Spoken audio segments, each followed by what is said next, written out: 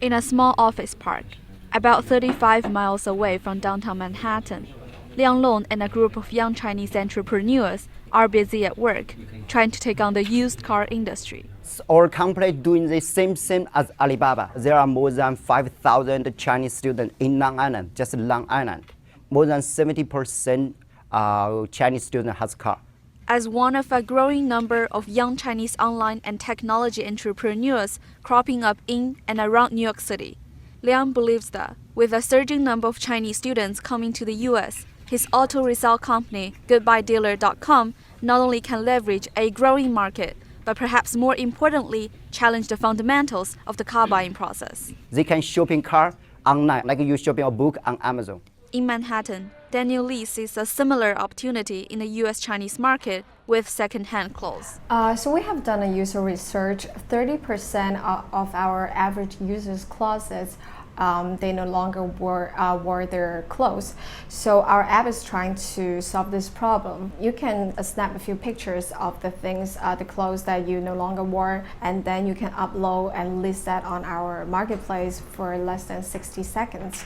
But even with their culture insight, these young entrepreneurs are finding it difficult to convince those outside the U.S. Chinese population that their business is as viable as their non-Chinese counterparts. The people don't believe Chinese can do good business in the U.S. They think we don't know the customer behavior and we cannot do the same service as American does.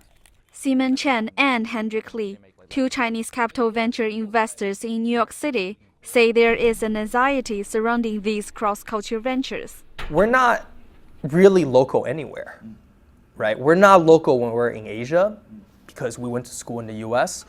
We're not really local in the US because we still carry a lot of our cultural heritage. But despite this lack of locality, Hendrick says he sees real value in a cross-cultural background, providing the entrepreneurs with what he calls a crucial advantage. We help introduce them to the Chinese element so that very early on, these companies that we invest in the US, these entrepreneurs, a lot of them don't speak any Mandarin, they completely US-based company, but they immediately understand the importance of China. And they immediately understand culturally, how do you get started, right?